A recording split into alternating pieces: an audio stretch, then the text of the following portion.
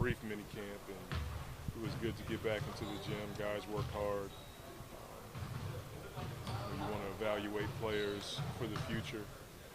You can log some information on guys that may get better a year or two from now. And overall, I thought it was a good morning for us. Coaches were really good. The juice was there, and it was a good day. Is this kind of done because you don't have any draft workouts, or is this something you'll do every year? I'd like to do it every year because it gives you a chance to look at a number of guys who may not get that look in a draft workout. Some local guys. To say we're going to do it every year, you hope so. You hope you have low picks and you don't have to have a bunch of draft workouts with lottery picks and things of that nature unless you can get one in a trade or something like that. But I just think it's part of the exercises that we're going to do every year to try to find guys who are going to help our team get better. This is your first time doing this process as a head coach. I mean, in your experience as an assistant coach, do you find that it's easy to keep up with these guys over the course of the year and maintain that information? Like you just said, paying attention to guys for 1 or 2 years. Is that a process that you find maybe easier or difficult now that you're a head coach? I think it matters. As a head coach, I'm probably more hands-off and get a chance to just evaluate from the side. The beauty of being an assistant was I got a chance to get out there and push guys around a little bit and mess with them in one-on-one situations. That was a cool part about being an assistant. But either way you slice it, you still get a chance to evaluate, and hopefully you see something that no one else sees, and you can add that to your mix and make your team better. When you only have a mid-second round pick, is it more realistic that you will find faster help through something like this, or I mean, I know you can't really know for sure, but yeah, it's hard because guys have gone in the last part of the second round, Millsaps and Ginobili's, guys like that, but those are rare. If you have a session like this, maybe you see a guy. He may not help your team in the game. He may be a guy that you bring to raise the level of your practices. There's different ways to help your team, and that pick is one of those picks.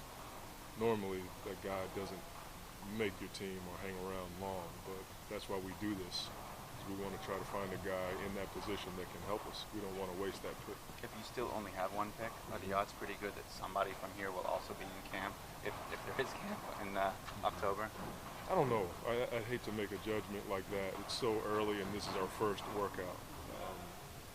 Dell is doing his thing right now. We could have one or two more of these because we don't have a ton of individual workouts planned.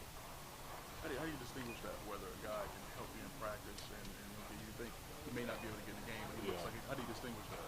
You just know, a guy that is hungry, he brings a bit of edge every time he steps on the floor. Those are guys that you want around your team, and he's coachable. And so you have those dog days during the NBA season where energy is low.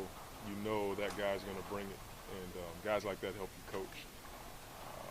Because even if his talent level isn't where the top 7 or 8 guys may be, he's still going to bring an energy level that raises the practice. And if you can have good practices late in February, March, and April, I think that's where those guys have some value. Monty, talk about how good it is to work out local talent. Can you comment on what you saw at Taz Mitchell today at LSU? Taz is the same player he was at LSU. Great hands, defends, talks on defense, crafty around the basket, and he's one of those guys.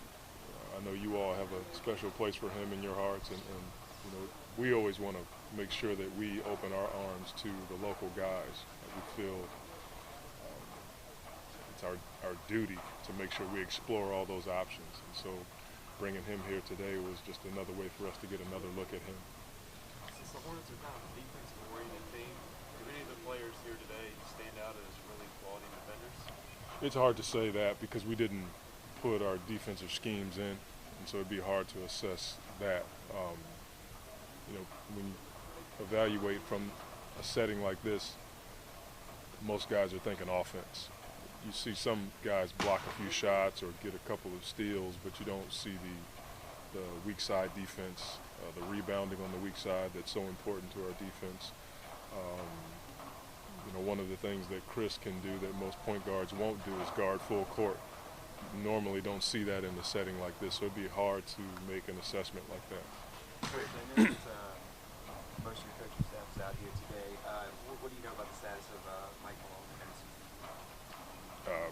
I know about as much as you know. Is he, why is he not here today then? Well, we don't want to, if Mike is going to go somewhere else, we're certainly not going to let him be here at one of our workouts. When we get information, it's for us. And as soon as his situation is a little bit clear, he'll be with one team one way or another. And this is an exciting time for Mike and his family. And I don't want to take away from that by having him come to a workout. And, you know, if he's here, he's not going to be thinking about this. He's going to be thinking about the opportunities that lie ahead of him. And so I just thought it makes sense for him not to be around for a while. We got a chance to talk to David West, how the progress of the team's on. Yeah, I talked to David not last week before last, and everything is on schedule or ahead of schedule. I think he's just a diligent, stubborn worker, and he's going to exhaust himself to get back on the floor and get back to being David. And you know, I get the doctor's reports.